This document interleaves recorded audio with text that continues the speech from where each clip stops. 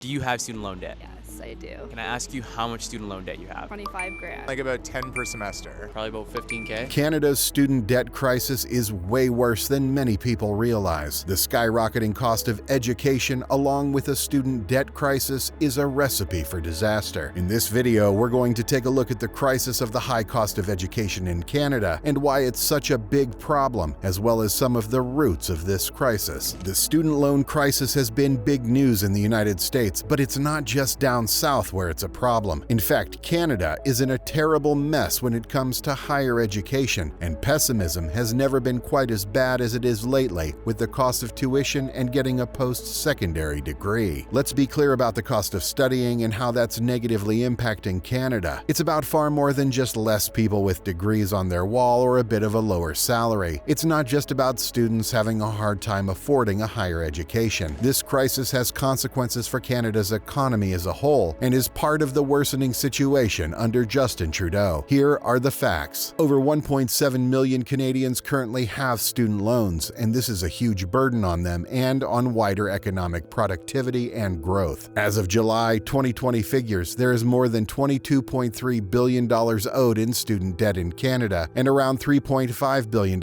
in loans taken out per year by over 625,000 students. That's a lot of debt, racking up very fast. What's even worse is who's being hit with this debt. The majority of students receiving loans were between 20 to 24 years old, with about 294,000, or 42% of the total. The second biggest group was the 25 to 29-year-olds with 14%, and people 50 years or older represented just 1% of the new loans. This means young Canadians who should be excited about starting their life and career are starting out with a concrete block of financial debt tied around their ankles. Add in the average cost of a basic two-bedroom apartment in Canada at around $1,930 a month plus utilities, and you have a disastrous debt situation. Education is just too expensive, and it's only getting worse. These student debts are only getting worse as tuition fees rise across the country. The numbers don't lie. Average tuition fees rose 2.6% in the most recent 2022 to 2023 school year compared to the year before. How much does it cost to get an education in Canada? According to Stats Canada, the average full-time tuition this most recent year was about $6,840 for undergraduates and around $7,500 per year for graduates. The highest cost degrees to get were dentistry at around $22,700, medicine at $14,600, and veterinary school at about $14,400. These are careers which pay well, but it's hard to get much of a foothold in the economy, even as a doctor, if you're saddled with hundreds of thousands of student debt coming out of college. Other extremely expensive courses to study in college include architecture at about $26,500, communications technology $25,100, MBA at $38,900, IT at $33,000, and law at $33,200. The fact is that Canada currently has three big problems going on: inflation, a housing shortage, and a healthcare crisis. When you want houses, you need architects. When you want to slow inflation, you need good business people. When you want to save lives, you need doctors. With tuition costs like these, how is that supposed to happen? Canada currently has a doctor shortage, and 1 in 5 Canadians don't even have a family doctor. Nursing shortages and high wait times in ER are costing lives. Meanwhile, education costs so much that many students are deciding not to pursue a medical career, leaving the country in even worse shape and making the situation worse. The crisis just isn't sustainable going forward. It's not just the massive debt load that's weighing Canada down and keeping students and graduates from spending and buying in the economy. It's also those who are considering a higher education and deciding against it. In fact, a stunning 70% of Canadian high schoolers in a recent poll said that going to college or university isn't something they will consider because of the high cost. There are generations of Canadians staying out of higher education because of the high cost and fear of burdensome debt, starving Canada's economy of innovation, growth, and diversification. That's less doctors, less engineers, less architects, less entrepreneurs. Student loans are often described as a gateway debt, and there's a good reason for that. It can be the first taste of a life of debt and scrambling to make ends meet. Healthy economies aren't made of debt, they're made of growth and prosperity. Add in the fact that things like the Ontario Student Assistance Program, or OSAP, have jacked up rates from 4.7% in 2018 to 7.9% this past year, and you have a very bad outlook for the future of education in Canada. It's also bad for the already struggling economy because the fact is that you're going to make a lot more optimistic and robust financial decisions if you're clear of debt than if you're saddled down with years left to pay off just from finishing your studies. With tuition fees up and young post-secondary students forced to take out loans, many assistance programs are being maxed out. The result is that students are getting student loans, using their credit card, or borrowing money from anywhere they can. An average undergraduate student has to pay out around $3,000 in interest on the loans they take out. The real figures are much higher if you were to factor in all those getting additional private loans or using their credit cards. With food prices skyrocketing as well as the cost of transportation, gas, utilities, heating, and every single other thing out there, it's no wonder that high school students are spooked about going to college. They don't want those kinds of costs and debts weighing them down in an economy that already seems determined to bury them or put them on the streets in a tent. Those who are studying are doing their best to get by, often working side jobs, taking any help they can get, and cutting costs wherever possible. Take Nicholas Avendano, 28, from Toronto. He goes to Continental College paying $9,300 per term for his course in architectural technology. Avendano splits a basement unit in downtown Toronto with a roommate, for which he pays $1,000 per month. He tries his best to shop when food is on sale or buys in bulk and keeps food costs down to $350 per month in that way. Transportation adds up to about $150 a month, internet $40 per month, and his phone plan is about $70 per month. Textbooks for school are about $250 per year. Avendano gets some help with tuition and costs from his parents and is clearly focused on saving money wherever he can, but even for him, it's a real struggle. As Avendano says, education shouldn't be just a thing that you can access because you have the money or the economic standing in order to achieve, adding that he thinks that's definitely one of the reasons why society is becoming so stratified between the rich and the poor.